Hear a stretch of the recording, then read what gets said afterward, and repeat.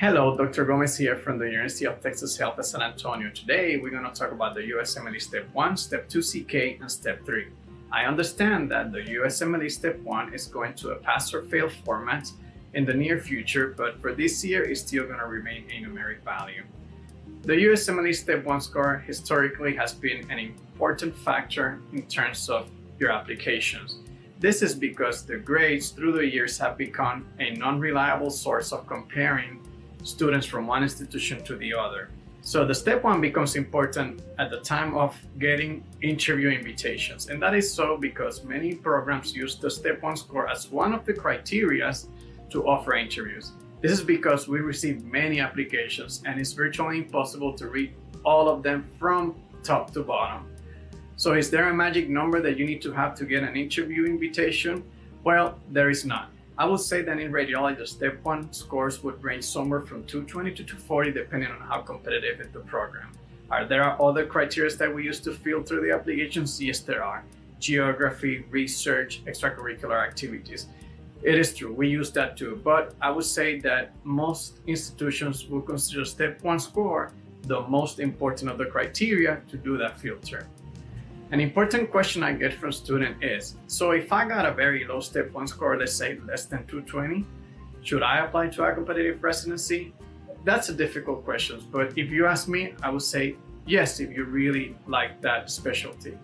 The reason is because you may not get a lot of interviews at the beginning of the process, but later on, many residents start canceling interviews and many of the applications get revisited and you may get an interview at that point. Also, remember that the step one is not the only thing we use. There are some other things that we can use as a student, such as networking, research, extracurricular activity, and mentorships to get yourself known.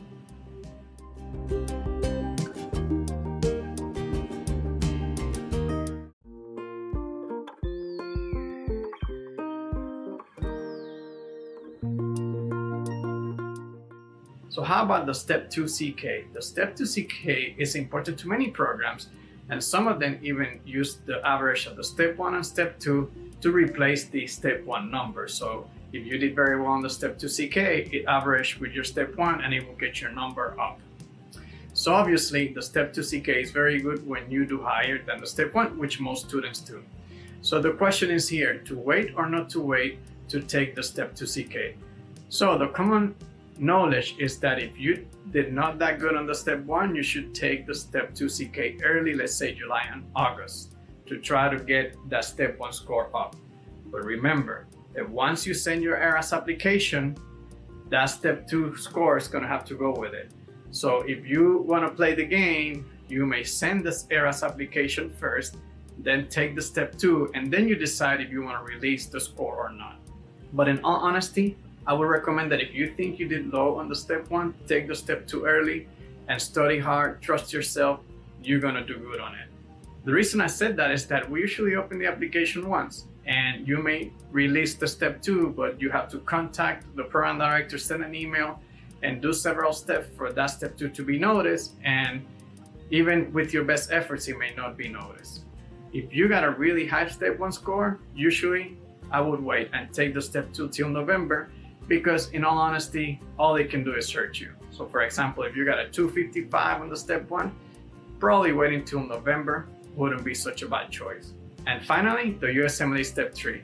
I think the Step 3 seems important for students that go no match on their first time and they are reapplying. They also feel like, well, if I take the Step 3 and I do really high, it's gonna really help me the second time around. But in all reality, nobody cared much about the step 3, so I will invest my energy in other things like research, rotations, and trying to network with people in that specialty that you want to do.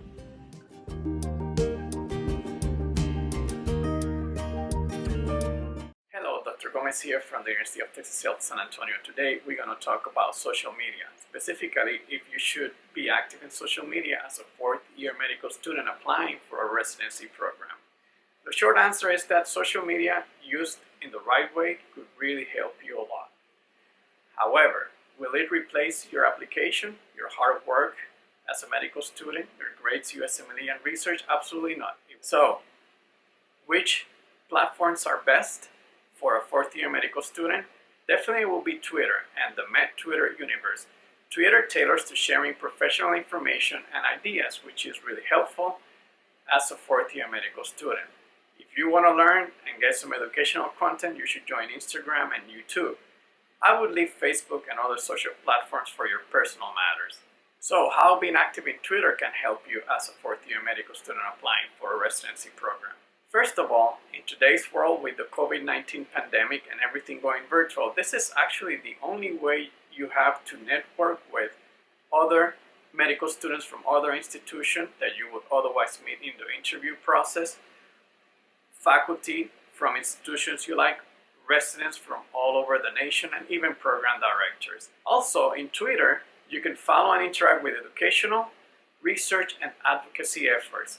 And more than that, you can actually join efforts and virtual meetings or town halls that are of your liking, like let's say women in medicine or minorities in medicine or research groups. So being active in MedTwitter will help you stay informed about actual happenings in your specialty, which will come really, really handy at the time of the interview.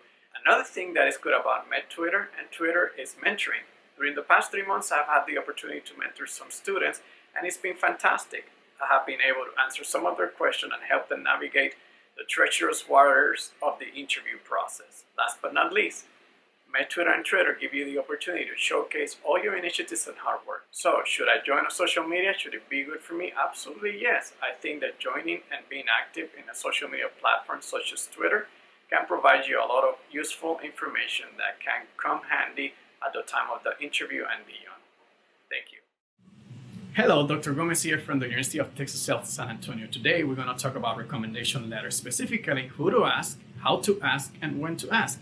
As you might expect, the recommendation letters are an important part of the application, especially for the interview day.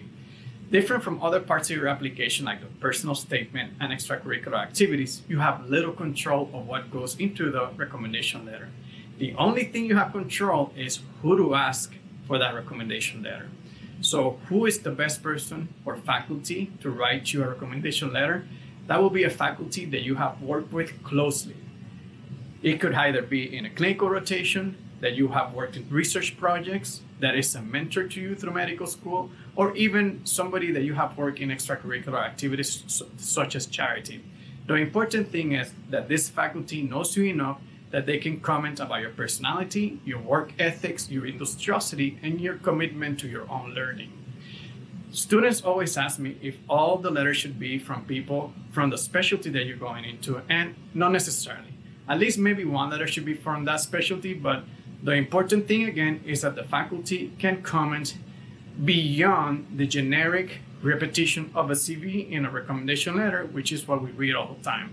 Also, keep in mind that with the COVID-19 pandemic, we understand that for many students it's very difficult to do the rotations that they wanted to do, or rotating some specialties that they were planning to get a letter from. So this year really is not going to be that important who writes you the letter in terms of specialty, or if they're famous because they're the program director or the chair or some famous position. It's just going to be a matter of trying to get somebody that knows you well. How to ask for the letter? Ideally, it should be in person, but in today's environment, an email probably will be able to do. When you ask for a letter recommendation, have your CV updated and ready, as well as your personal statement, because they're going to ask for it. And finally, when to ask? As early as possible. At least give 4 weeks to the faculty to write this letter, and gentle reminders every week and a half or 2 weeks is not a bad idea if they haven't finished the letter. Thank you and good luck.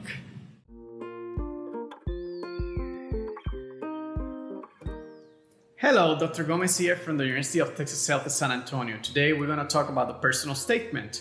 The personal statement is a very important aspect of the application. Some students think that we don't read the personal statement, but rest assured that that is one document that we read from top to bottom. Remember that the personal statement is the only part of the application where you can actually showcase your personality and your experiences that otherwise are not asked in the ERAS application. That said, the personal statement is not a good place for you to be writing about your awards and all the things that you got in medical school, because that will be showcased otherwise in the ERAS application. In my opinion, the personal statement is divided into 3 topics that you're going to elaborate. The first one is the reasons that you went into the specialty of your choice, in our case, radiology. The second one is what personality traits and experiences that you have would go hand in hand with what is expected in the specialty of your choice. And the third one will be to showcase or explain an understanding of what it entails to be, in our case, a radiologist. So, what is a good personal statement? In my opinion, after reading thousands of personal statements, the best personal statements are the one that catches our attention. Most of the personal statements that catch my attention are usually concise, they're written in plain language, and the grammar is intact.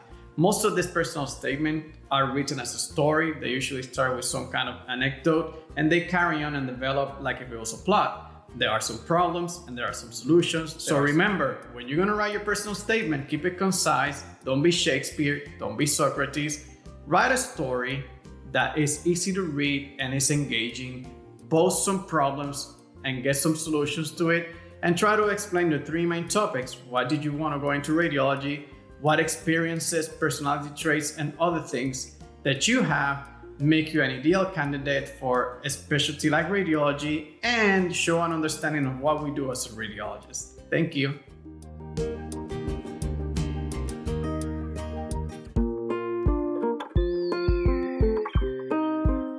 Today, we're going to talk about how to judge the culture or fit of a residency program during times of COVID-19 crisis, especially when everything is going virtual.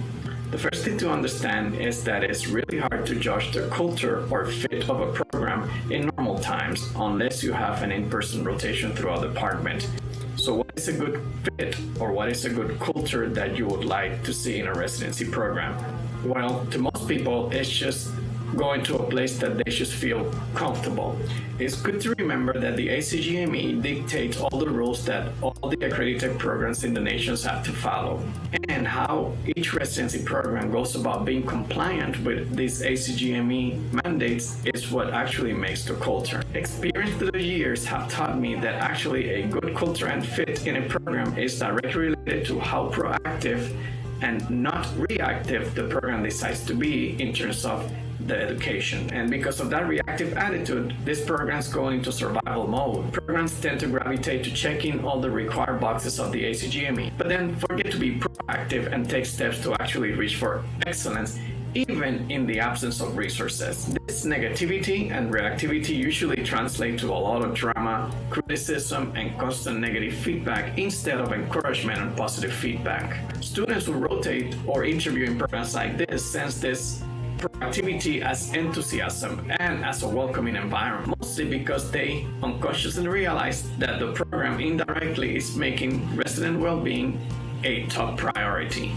So in this new virtual reality, students will perceive a good fit and a good culture by how much action, time, and resources the residency program is willing to invest to adapt to the new situation. Remember that what you actually perceive as a good culture and good fit in a program is actually directly proportional on the program's efforts to make you feel included, to make you feel welcome, and to make you feel part of the team. And truth be told, that can only be achieved through action and proactivity, and that can be perceived virtual times or not. Thank you. Today, we're going to talk about support beyond the department. Why it's important to have good institutional support to have a positive residency experience. No department functions in a vacuum. All departments are interconnected with other specialty and subspecialty departments in a cohesive manner to provide adequate patient care. The GME office ensures that all programs follow all ACGME rules and looks out for the wellness of the program director, educational teams, and residents. So which ways the GME office will support your residency program? The first one will be through a comprehensive institutional wellness program that is offered to every resident. This will include counseling, professional services to deal with mental burnout, and as a safe haven when things are not working as expected within your residency program. Number two, the GME office should support continuous educational learning for the educational offices of every residence sample. For example, in our institution, we have the Team GME Program Director Bootcamp that helps new program directors as they embark in the difficult task of overseeing a residency program. The third important point for a GME office of an institution is to oversee and enforce that the program directors get adequate time to deal with all the responsibilities associated to their position, including the hours dictated by the ACGA. Number 4, the GME office can provide institutional support for adequate faculty teaching, feedback, accepting constructive criticism, and dealing with conflict. They can also provide the same type of teaching and support for the resident. And last but not least, the GME office should and needs to support all the house staff organizations and councils. These house staff or resident organizations are a place for residents to provide constructive criticism to make their training experience better. Remember, no department functions in a vacuum, and to have a successful residency, it is mandatory and necessary to have adequate support from the institution and the GME office. So it's not only important to know the culture and details of the residency program, it is also important to understand and know well the departmental and institutional support, because without them, you cannot have an adequate and successful residency program. Thank you.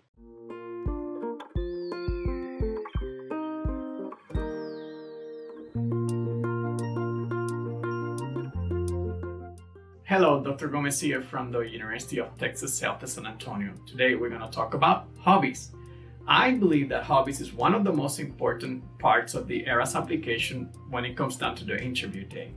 Remember that when we interview an applicant, we know nothing about their personal life. All we know is about their academic achievements, which is in ERAS. But if we wouldn't want to know anything about an applicant outside of their grades and USMLE STEP scores, there wouldn't be an interview. The interview serves as a time and place for us to know the applicant and the applicant to know us in terms of our culture, our personality, and other things that cannot be read in a paper. Most of the hobbies that we see is hiking, enjoying the outdoors, or exercises. But in reality, there is no right or wrong hobby. I will encourage you to put hobbies that you actually do, that you actually enjoy, and that you feel comfortable with.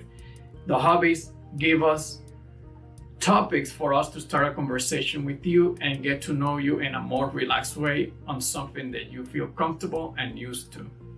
So remember, at the part of the hobbies, don't take it lightly, don't leave it blank, and write something that you do that you love and that you really feel comfortable talking about. Thank you.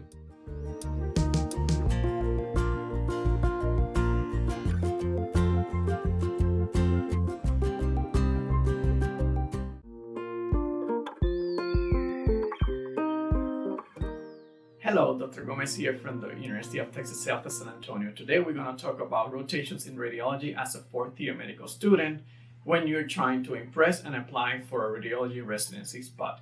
The best time to do that is anywhere from August to mid-December. During this time, the administration is evaluating the applications and offering interviews. It is a good time to be seen. As you might know, rotating in radiology as a fourth-year medical student is quite difficult when you want to impress the department, the faculty, or the program director. This is so because in radiology, there is not much a medical student can do. Most of what we do is giving interpretations of diagnostic exams. Without access to the PACS and the dictation system, it's impossible to do that. So as a medical student, you're mostly shadowing in a reading room, trying to listen and learn from people who are working. Most of the time, you're shadowing a resident, a fellow, or sometimes a faculty. For that reason, it is important for you to have very high emotional intelligence. You have to find a way to be present in the room and show interest in what is happening without being intrusive, because at the end of the day, there's a lot of studies to be read, and asking too many questions or interrupting too much will probably be seen as bothersome. This situation is usually discouraging for most medical students, but you don't have to be discouraged. One of the things you can do is try to participate in other aspects of the clinical care of the patient that is not interpretation of studies. You can read the medical record and contribute with medical history, lab values, or any other information that will help the faculty or the resident arrive to a better diagnosis with added value of the information that you're given. Also, many rotations do procedures, and in these rotations, you can consent the patient, interview the patient, and make sure that all the labs are adequate before doing the procedure. Those are ways that you can show a lot of interest and actually help. If possible, try to spend some time with the program director, associate program director, or any other faculty that is member of the interview panel. Recently, I've been posting videos of all the things that you should do and need to do when applying for a residency program. Today, we're going to talk about 2 things that you should not do when applying. This applies to when you're filling out your ERAS application, to any communication you have with the program, and to the interview day. The first and most important thing you should not do when applying for a residency program is to be dishonest or lie. In today's world, with so much virtual communication, it's easy to find out any lie that you would put in your application, and it's gonna make you look really bad if they caught you lying or over-exaggerating any of your credentials. This is commonly seen in research and academic projects. For that reason, I only recommend that you put in the ERAS application research and academic projects that you have actually finished and you have published or presented in a journal or a scientific conference. Also, try to stay away from lies of omission. This is when you purposely leave important facts and situations of your professional career out of the application in hopes that nobody will find out. But these situations are going to be evident on the dean's letter and letters of recommendation. The second thing you don't want to do when applying for a residency program is to be unprofessional. This is really important in terms of arriving in time, the day of your interview, and also submitting all your papers and documents to the ERAS application on time. You don't want to have a sloppy application, and you for sure don't want a residency program waiting on you. On a more controversial issue, let's talk about the professionalism of the dress code. It is obvious that we're all different and have different expectations of what is a professional dress code. That you can't control. I'm not here to judge the way you dress, the way you do your hair, or the way that you express yourself. However, what is important is that after the interview season is over, you want to be remembered by the right things, which is all the things that you have done in medical school that has got you to this moment, and not for the wrong things like the color of your hair or the color of your shirt. And remember, you're never going to gain anything positive from lying in your application or interview day or over-exaggerating any of your credentials. Just be truthful, keep it simple, keep it organized in your application, submit your papers on time, and try to be as professional as possible all through the interview season. Good luck and thank you. Hello, Dr. Gomez here from the University of Texas Health at San Antonio. When you're interviewing for a residency program, the most common question you're going to get is, tell me about yourself. Now, there are no wrong answers to this question because this is an open question. However, you probably should talk about yourself, your hobbies, past experiences that had made a positive impact on you, maybe situations in the past that had led you to being in this place at this moment. I think it's a good opportunity for you to talk about things that you really feel comfortable about. Topics that you can carry a very natural conversation that you know you don't have to force anything. Just a very natural flowing conversation. And that question gives you the opportunity for you to set the tone and set the topics of that conversation. I don't think that question is meant for you to say all the medical achievements you have, because that is in the application, and perhaps discussion of those topics will come later. So when somebody asks you, tell me about yourself, talk about things that are important to you and that you can carry a very natural conversation, because that's what the interviewer is going to take to try to expand and carry on with the interview that day.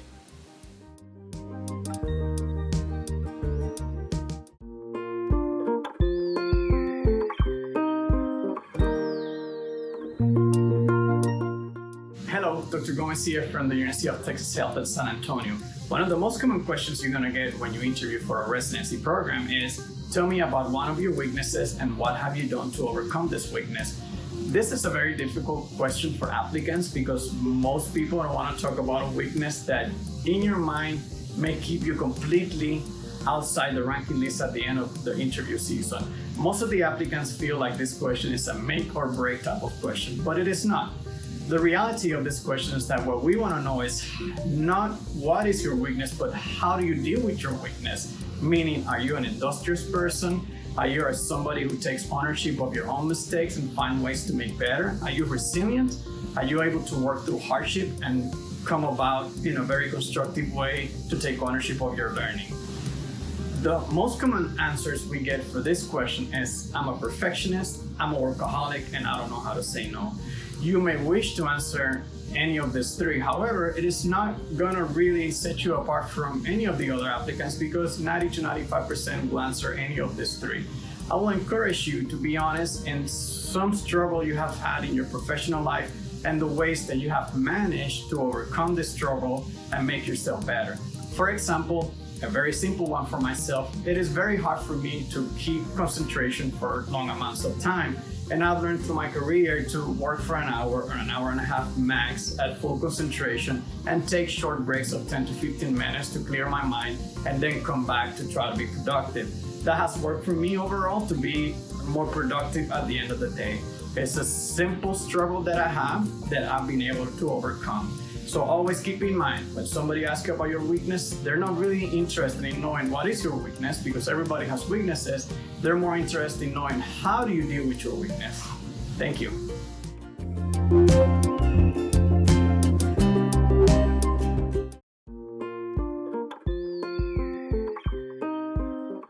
Hello, Dr. Gomez here from the University of Texas Health at San Antonio. Another common question you're going to get when interviewing for a residency program is, why did you choose this specialty in specific? In my case, radiology. This is an extension of the personal statement. Most applicants write in the personal statement the reasons why they ended up choosing that specialty. Now, I don't think there is a perfect reason why to go into radiology, for example, but there can be wrong answers to why did you end up liking our specialty. For example, things that you don't want to say in radiology is, I chose radiology because I don't like to have any contact with patients, or I really like the work-life balance and I think radiology gives me the opportunity to have a lot of free time, or I really just want to be able to work from home and radiology gives me that opportunity. Not that these answers are wrong, but you don't want to give the impression when you interview that you are kind of trying to shy away from work, because it doesn't matter what residency program you go into it, you're going to have to work a lot, especially when it's combined with so much study and things that you have to learn. Common answers that we get for these questions are A, something about our specialty, like I like technology, I like that radiology includes also specialties and I get to work with all of them. Or B, prior experiences, like my mom had some type of disease and I was able to see firsthand how the radiologist made such a powerful contribution in the diagnosis or treatment of my mom. And that, of course, had a long-lasting impact on me and the reason why I want to pursue radiology. Remember, there are no perfect reasons why to go into a specialty. It could be many reasons. However, you don't want to say the wrong thing. Today, we're going to give a brief summary of the paper recently published by Jeffers Gwen, Neil Shah, Dr. Jasha Gupta, and Dr. Daryl Heitkamp about the COVID-19 crisis and the upcoming radiology match and interview season. In general terms, the paper tries to address the perception and worries of both residency programs and applicants, given the fact that most of the in-person activities are canceled for this year due to the crisis. The paper is divided in 3 sections. The first section is that programs should establish an online presence. The authors explain that it is important for residency programs to have an online presence through social media and also a comprehensive and updated website. In my opinion, I think that social media should be done mostly on Twitter, but there's also Instagram, Facebook, LinkedIn, and Doximity. Also, the program's website should be updated and have comprehensive information about the program, the residents, didactics, residents' responsibilities, rotating sites, and resident life. The second section of the paper is that programs should enhance the screening and interview process. This is a fact, and in order for us to be equitable and fair with all the applicants, we need to make changes on the way we screen and offer interview to applicants. It is obvious that many residents are not going to have the step 2, won't have the recommendation letters that they were hoping to have, would not have had the opportunity to rotate in an institution to showcase their hard work. The third and last section of the paper is that programs should create a virtual experience of the residency program. But if you're an applicant, and I've mentioned before, there's one thing you really need to pay attention, and that is the time and effort that each program puts into creating this content of resident life and the culture and fit of the program. Personal videos and multimedia where the residents are included and there is interaction of the life of all involved in the educational program requires a lot of work and interest, which is the same amount of work and interest that a residency program and residents are going to put into your education once you're a resident. With this, I want to congratulate Jeffers Gwen, Neil Shah, Dr. Gupta, and Dr. Haikam for such an excellent and timely paper. Thank you.